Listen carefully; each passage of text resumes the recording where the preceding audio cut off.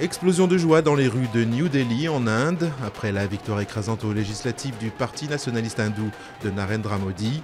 Les résultats provisoires donnaient une majorité absolue au parti de Modi, une première depuis 30 ans. Une arrivée au pouvoir qui suscite autant d'espoir que de crainte, s'agissant d'une personnalité aussi controversée et dont la réputation est entachée par les pogroms anti-musulmans de 2002 dans le Gujarat. La rentrée des classes décalée au 2 septembre pour les 12 millions d'élèves. Un décalage de 24 heures annoncé par le ministre de l'Éducation, Benoît Hamon.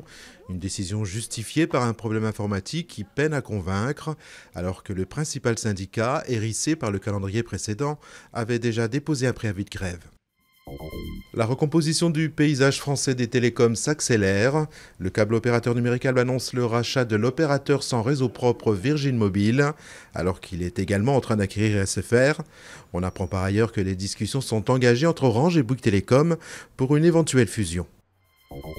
Nouveau contrat pour Lionel Messi. Le joueur argentin du FC Barcelone devrait très bientôt bénéficier d'une revalorisation salariale qui, selon la presse nationale, devrait faire de l'attaquant le joueur le mieux payé au monde, avec un salaire de 20 millions d'euros par an.